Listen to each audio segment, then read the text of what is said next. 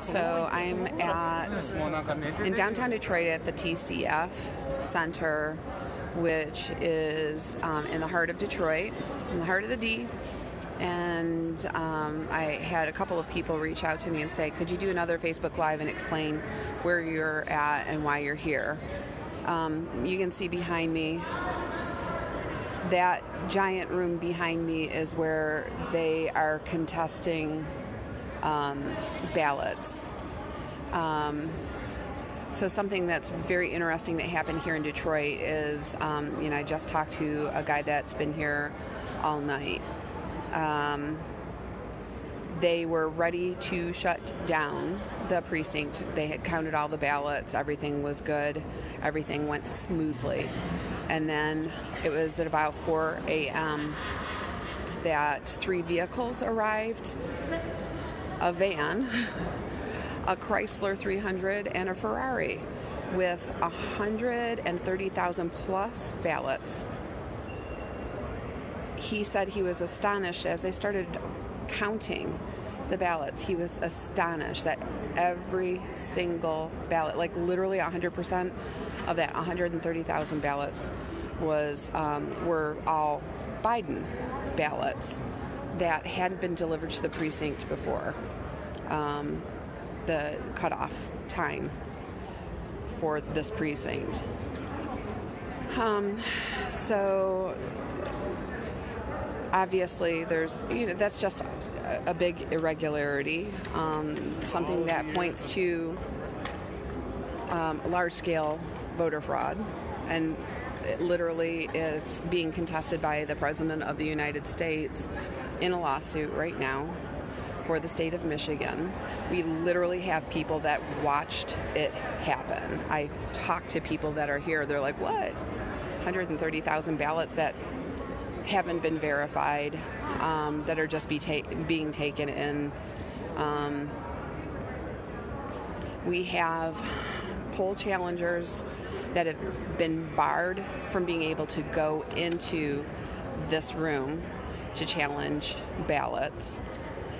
We've had GOP members removed from the room.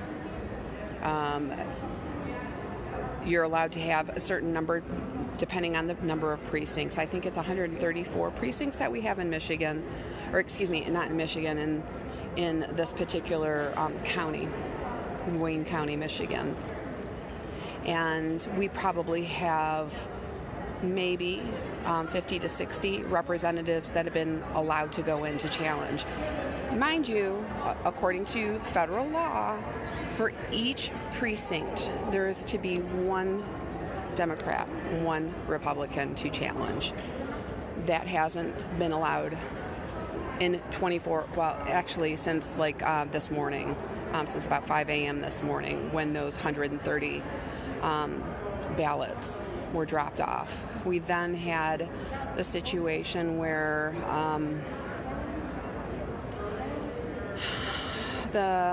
at one point that people here in Detroit who are poll challengers or poll watchers were being barred from the building based on an order from the governor and the Michigan Department of Health and Human Services,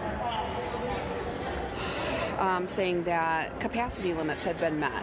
Now, mind you, that room had capacity limits. We didn't have the number of people that we were allowed to by law that we were supposed to have in the room. The rest of the building, I'm in a 40,000 square foot building. 40,000, or is it 400,000 square feet? Very, very, very big. Cobo, it's the old Cobo Arena. And we're spread out all over. I can run down the hall naked. I'm not going to do that, don't worry. But I could, and not be seen by anybody. I could pick a hall. That's how not populated it is. So that we have the Michigan Department of Health and Human Services treating this like it's any regular day, not a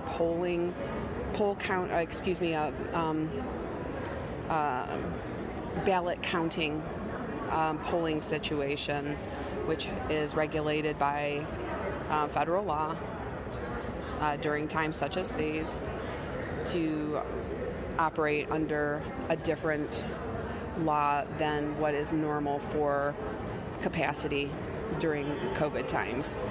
So, in addition, we know, like we've seen, we've heard, that poll workers, the poll contesters are being harassed and intimidated. The ACLU was allowed in to the room and to interfere with somebody from the GOP to challenge a poll. And I'm like, why does the ACLU get to have representation, but nonpartisan and Republicans are being barred from not only entering the challenge room, but also the building? At one point, I left the building, and again, I'm at TCF in Detroit to go and make copies, and I got stuck in an elevator because the security guard said I wasn't allowed to go back up, and I'm like, these are, I talked my way out, out of that, of course, because, it's me. These are official documents for the GOP, which they were, to contest polling practices, and, I need to go up. This is, my person that I came with is here, my car keys are here.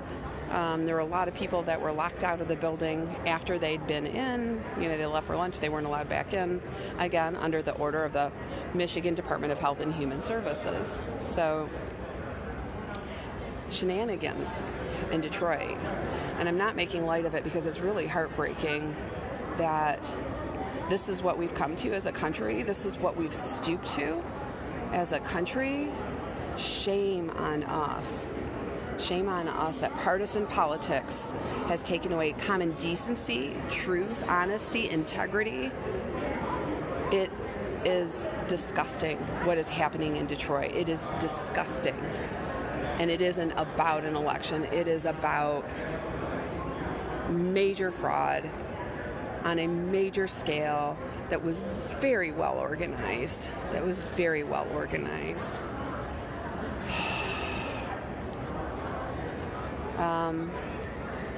So I'm just going to reverse the angle on the camera so that you guys can kind of see what's going on. I'll get as close as I can without getting arrested. So what you have here is, and they put up a bunch of signs to block too. So this is where all the GOP people that are waiting to get into the room are standing. They just a few minutes ago let in 5 people, but no more than 5 people. And we know that we're down probably 50 people in there. So it's been very interesting. Detroit Police Department is representing.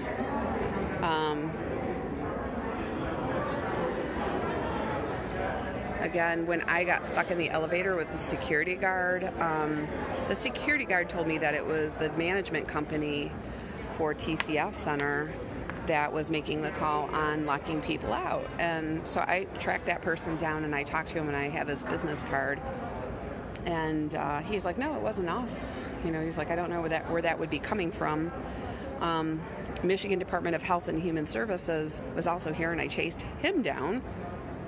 And I talked to him, and he's like, well, I don't know voting laws. And I'm like, well, why are you here trying to regulate? Because this is a voting situation. This is a poll counting location. This is not business as usual.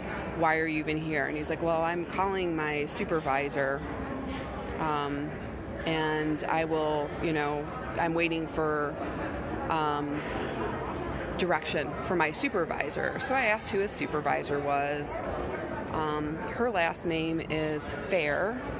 And then he ran away from me down the escalator and met with Captain Johnson from the Detroit Police Department.